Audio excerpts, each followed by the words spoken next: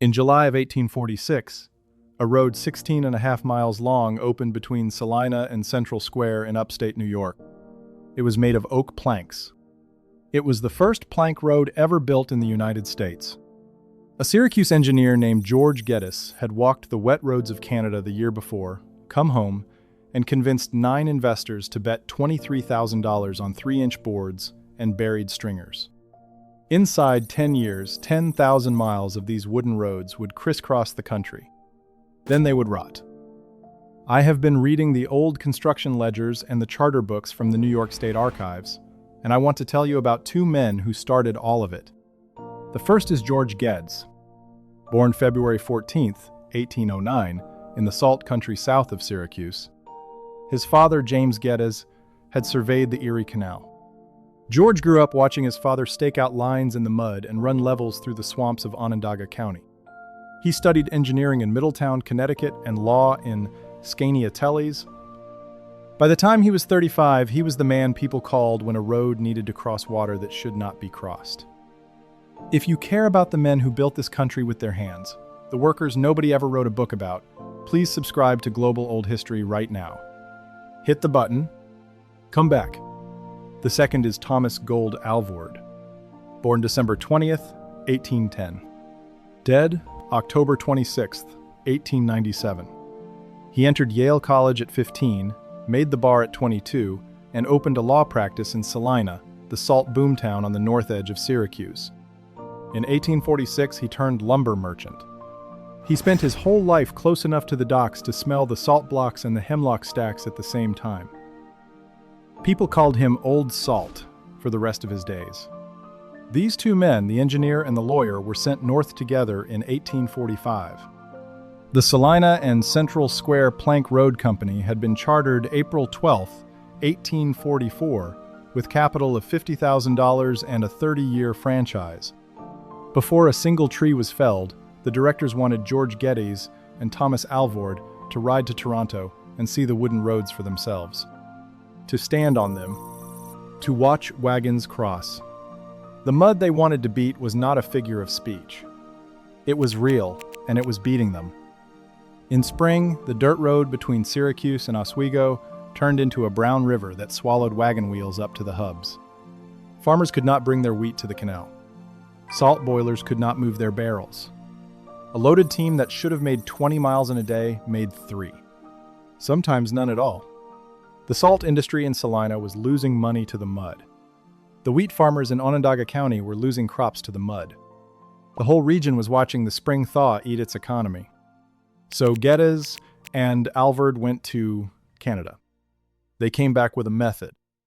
George Geddes came home with a notebook full of sketches. He had measured the planks with his own ruler. He had counted the stringers. He had asked the Canadian builders what wood they used, what depth they buried the sleepers, how the planks were spiked, how the toll houses were spaced. He brought the answers home to Syracuse in the fall of 1845. The method was simple. That was the point. 2 parallel rows of stringers, also called sleepers, were buried lengthwise in a graded dirt bed about 4 feet apart. The stringers were white oak, 3 or 4 inches thick, 8 inches wide, 12 to 16 feet long.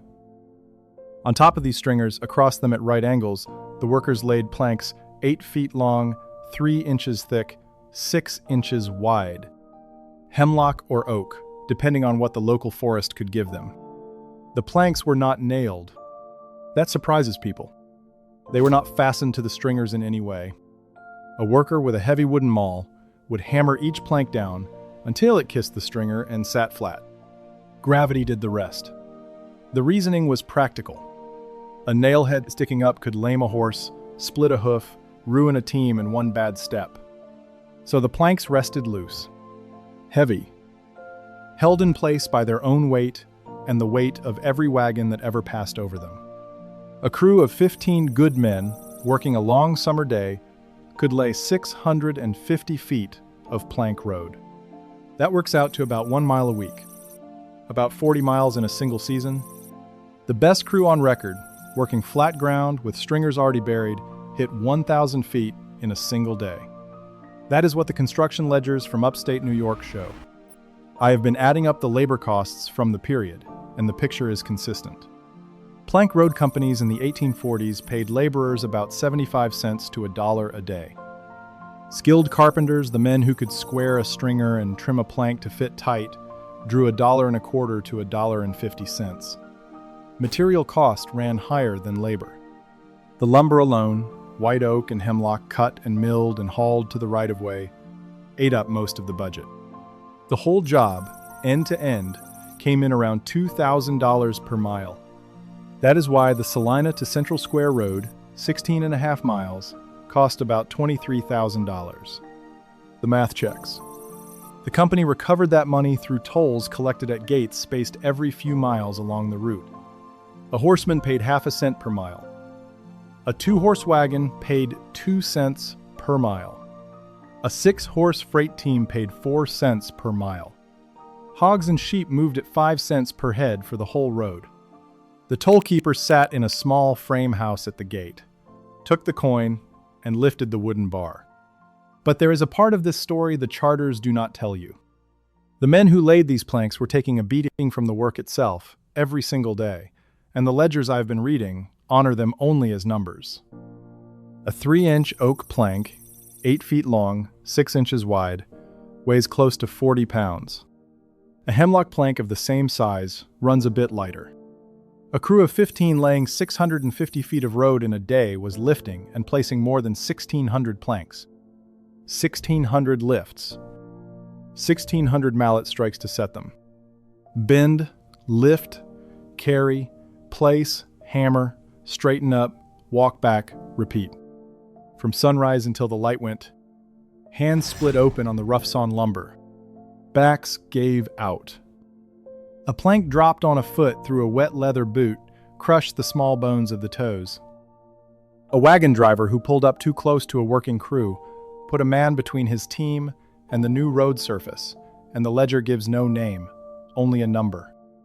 The hospitals in Syracuse and Utica and Albany have admission books from the late 1840s that list plank road carpenters and laborers brought in with crush injuries, with hernias from lifting beyond their strength, and with the slow joint damage that comes from kneeling on damp dirt for 10 hours a day. Quick pause. If these stories matter to you, I am putting them into a series of books. The men nobody wrote a book about, the ones who built this country with their hands. Volume 1 is out now. Scan the code on your screen, or click the link in the description. Then come back, because what happened next is the part most people never hear. George Geddes himself stood on the line. I have walked the route of the original Salina Road, and the historical record places him at the workface for most of 1845 and 1846. He was the engineer. He held the level. He decided where the grade had to be raised, where a culvert had to be dug under a low spot so spring runoff could pass without floating the stringers out of their beds. He chose where the curves would go. He set the gradient on every grade. When a swamp would not drain, he ordered a corduroy base of crossed logs to bring the stringers above the wet line. Thomas Alvord, the lawyer turned lumber merchant, did a different kind of work. He sat in the small frame office of the company in Salina and wrote the letters that kept the lumber moving. He bought white oak by the 1,000 board feet from cutters in the woods north of Oneida Lake. He negotiated freight rates on the canal boats that brought the planks down to the construction camps. He kept the books. He paid the men. The work itself broke bodies on a steady schedule. A carpenter who spent a full season bending over stringers and swinging a maul came out of the trade with bad knees, a curved back, and hands that could not close all the way. A laborer who took a runaway plank to the shin walked with a limp for the rest of his life. There were men who lost fingers to a misplaced spike, men who took a wagon wheel across the foot when a teamster came through too fast at the unfinished end of the road. The hospitals recorded them. The companies paid for the funerals when the families could not. These were not company men with pensions. They were day laborers. Many were Irish, drawn west from the canal projects that were winding down. Many were native-born farmers picking up cash work in the slow seasons. Some were free black workers from the Syracuse area, where the abolitionist community made hiring possible. The ledgers I have seen referenced, from the Onondaga Historical Association list initials, sometimes surnames, sometimes only a day rate next to a tally mark. In July of 1846, the last plank went down at Central Square. The toll gates opened.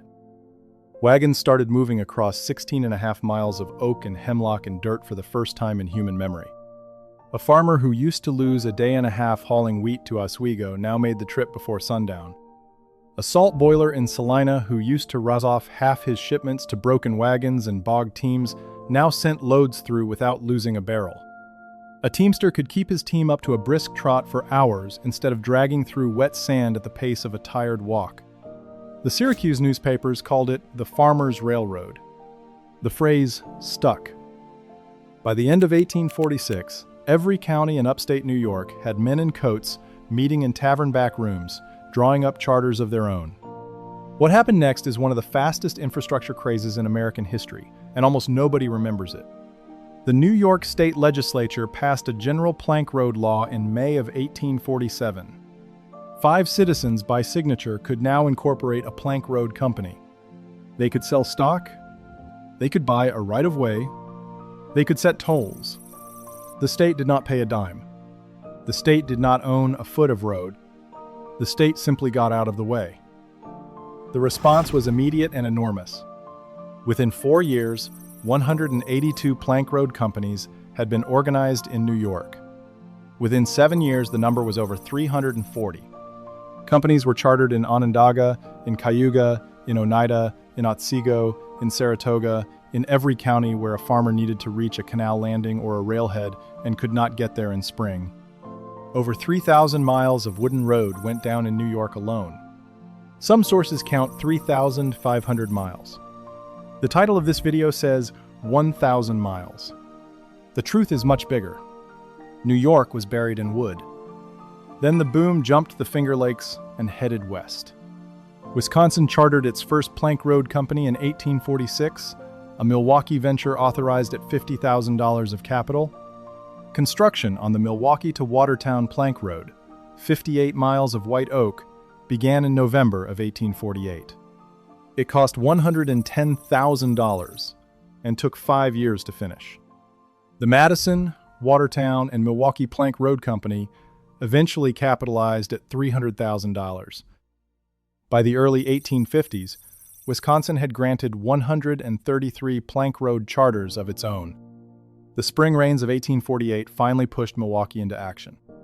The Watertown Chronicle of that year wrote that the stage road between the two towns was lined from end to end with fragments of broken wagons, barrels of flour spilled into the mud, and boxes of goods abandoned by drivers who could not move them any further. The plank road was the answer the farmers had been waiting for. Michigan jumped in. The state legislature authorized private plank roads with toll collection in 1846. By 1849, 16-foot wide and 3-inch thick oak planks were laid along the road between Detroit and Pontiac. The Detroit and Howell Plank Road, 50 miles long with 10 toll gates, opened in 1851. Tolls were 1 cent per mile for a wagon, 2 cents per mile for a herd of cattle.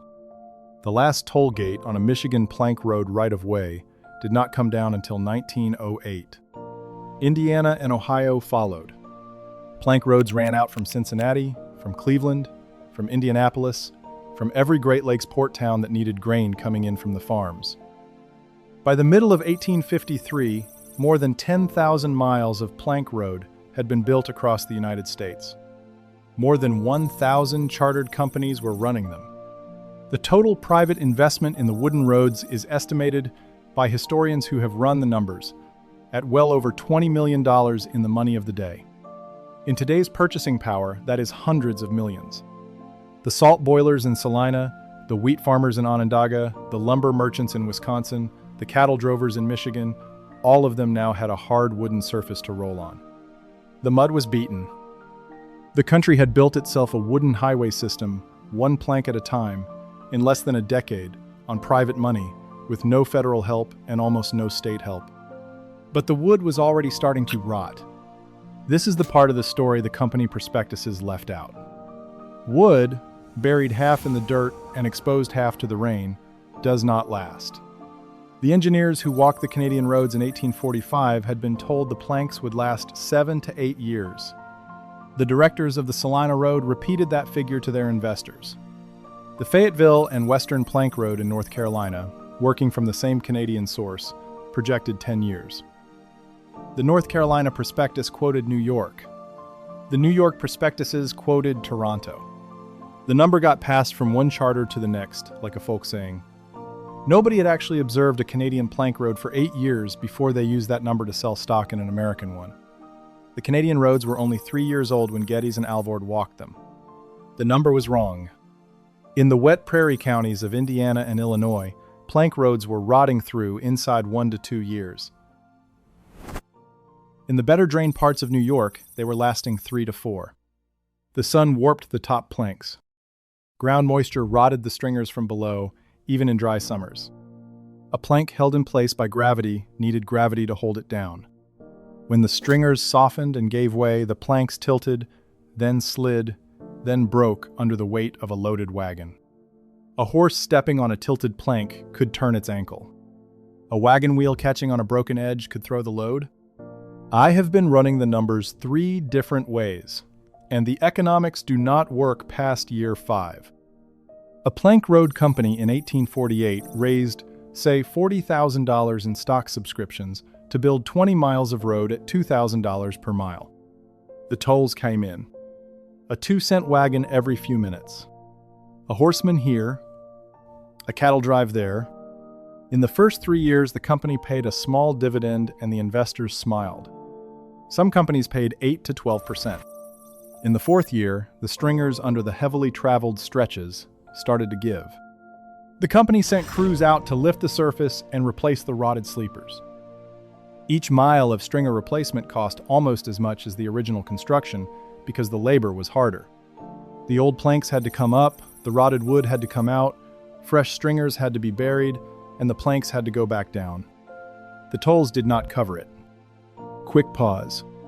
If these stories matter to you, join the Boss tier for $4.99 a month. Loyalty badge, custom emoji, early access 24 hours before public, and members-only polls. Link in the description. Now back to it. In the 5th and 6th year, the planks themselves started failing in long stretches. A company that had projected an 8-year life on its surface was now facing a complete rebuild of the road at year 6. The directors raised tolls. The Teamsters started avoiding the toll gates. They cut their own dirt tracks around the toll houses, the way Teamsters in Pennsylvania had been doing for 50 years on the older turnpike roads. These avoidance routes were called shunpikes. The shunpikes ate the revenue. The boards rotted under the wagons that were left. By 1855, plank road companies across New York were filing for dissolution faster than the legislature could record them. The Milwaukee to Watertown line, opened in 1853, was already calling for emergency repairs by 1857. Wisconsin granted no significant new plank road charters after 1853. Michigan converted most of its plank surfaces to gravel by the early 1860s. The roads that survived in name often survived only as graded dirt paths with a few rotting boards still poking up at the edges. I want to come back to the workers for a minute, because the men who laid these roads are the part of the story I keep coming back to. The Salina to Central Square line took roughly 9 months of construction across 1845 and 1846. At 15 men per crew, with 2 or 3 crews working at different points along the right-of-way, the company employed somewhere between 45 and 90 men at any given time. Multiply that across the 340 plank road companies of New York alone, and across the 1,000 chartered companies nationwide, and you get a picture of an industry that put tens of thousands of men into the woods and onto the road graders during the late 1840s. I want to honor them by name where I can. The records, mostly, do not allow it. The ledger gives no name, only a number. But the engineering itself is worth honoring too. Think about what these men did with no power tools, no asphalt plants, no steel rebar, no concrete. They graded a 16-mile right-of-way by hand and by horse. They buried 2 parallel runs of oak stringers in straight lines through swamps and over hills. They laid 16,000 individual planks across those stringers, each one trimmed and hammered down by a man with a wooden maul. They did it in 9 months. They opened on schedule. It worked. The same crews, the same skills, built the Milwaukee to Watertown Road through 58 miles of Wisconsin forest. They built the Detroit to Pontiac Road across the wet flats of southeastern Michigan. They built the Fayetteville and Western through the pine country of North Carolina. They built the Glasgow to Huntsville Road across the prairie of Missouri. They built the Cincinnati radials, and the Cleveland radials, and the Indianapolis radials. In every state where the mud was worse than the geology, American workers put down a wooden highway one plank at a time, and the country used it long enough to grow into something the dirt roads alone could not have carried. The state archives in Albany hold petitions of widows asking for compensation from companies that had already gone bankrupt by the time the petition was filed. The Wisconsin Historical Society keeps the surviving stock books of the Milwaukee Plank Road companies with the names of the small farmers and shopkeepers who put $50 or $100 into the venture and lost most of it. The Onondaga Historical Association keeps the surviving construction records of the Salina line. Every one of these archives tells a piece of the same story, in the same handwriting, with the same arithmetic. So what happened to George Geddes and Thomas Alvord, the two men who started it all in Salina? George Geddes did fine. He went into the New York State Senate in 1848, just 2 years after the Salina Road opened, and so 4 years. He was one of 3 state senators who pushed through the 1848 Married Women's Property Act, the first law in the United States that let married women own property in their own name. He went back to engineering and farming after his Senate term ended. He became president of the New York State Agricultural Society in 1861. He mentored a young Frederick Law Olmsted, the man who would later design Central Park, on questions of farm drainage. Geddes died on October 7, 1883, near the salt land where he had grown up. He was 74 years old.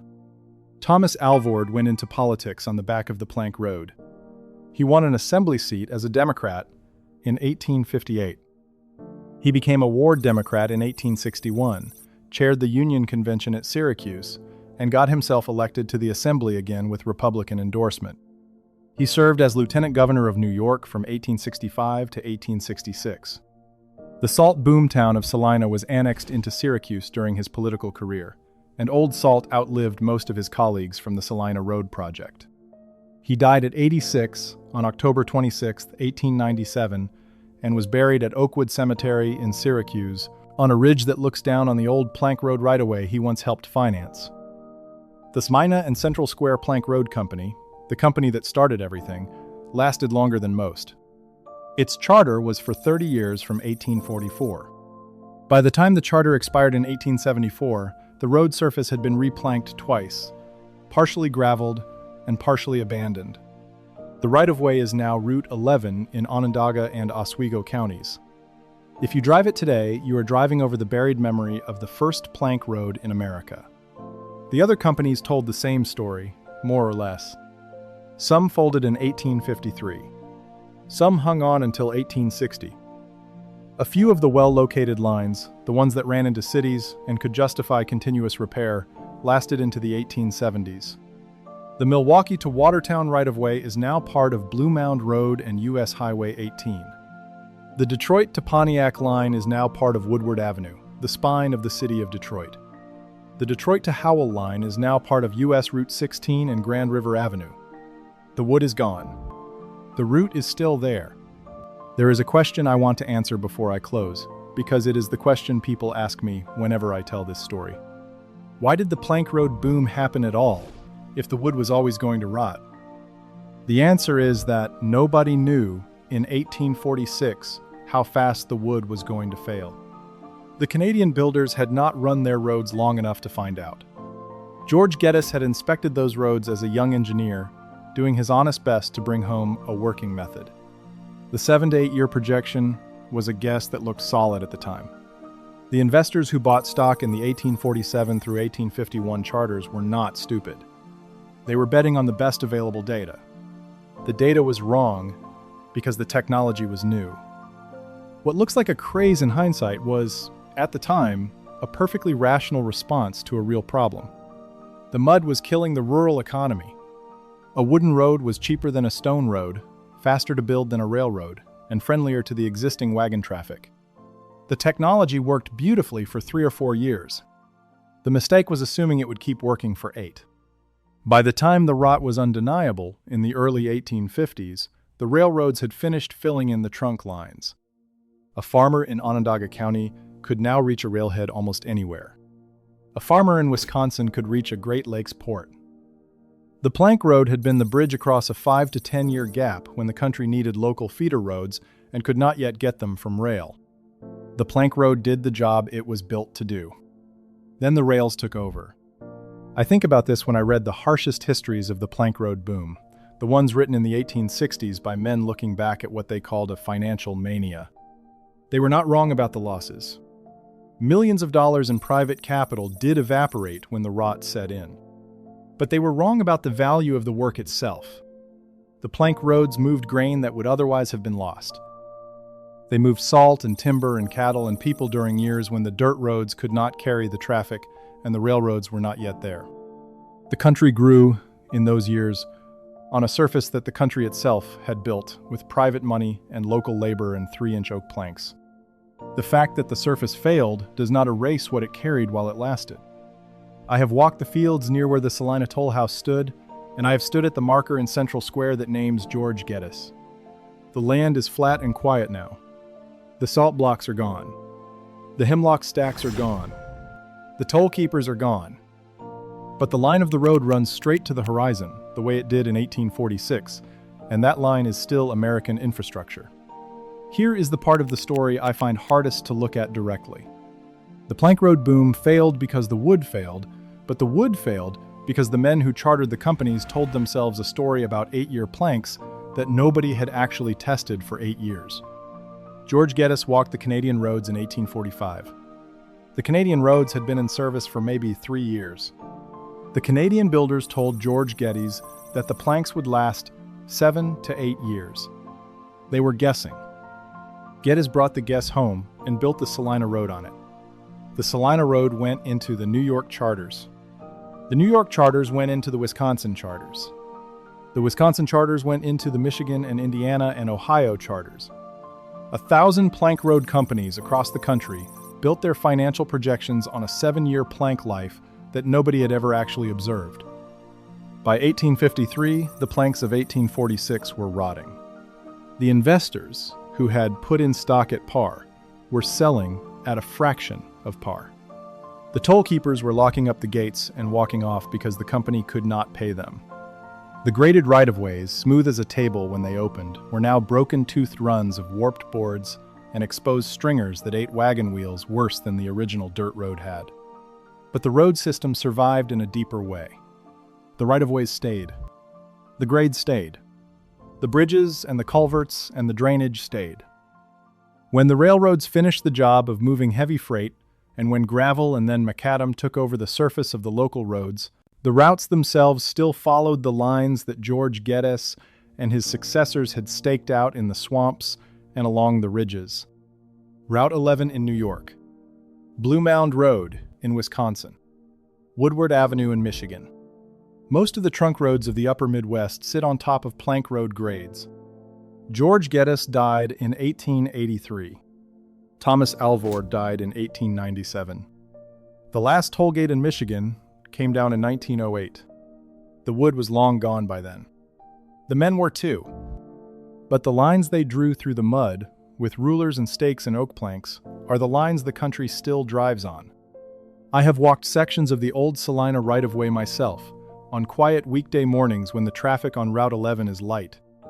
The road is asphalt now, and 4 lanes wide in places, and the strip malls and the gas stations have eaten most of the original character. But the line is the same. Where the original toll house stood in Central Square, there is a historical marker, paid for by the William G. Pomeroy Foundation, that names George Geddes and gives the date of 1846. It is a small marker. Most people drive past without seeing it. That is part of the reason I make these videos. These men did the work. They beat the mud, for a while, with the only material they had. The wood rotted. The companies failed. The investors took losses. But the country moved. The grain reached the canal. The salt reached the kiln. The farmers got to town and back in a single day. And the men who built that, named or unnamed, deserve to be remembered. One more thing before you go. Every name I find, every number, every record, I am collecting it all into a series of books, so these men are not forgotten again. Volume 1 is available right now. Scan the code on your screen or follow the link in the description. See you in the next one.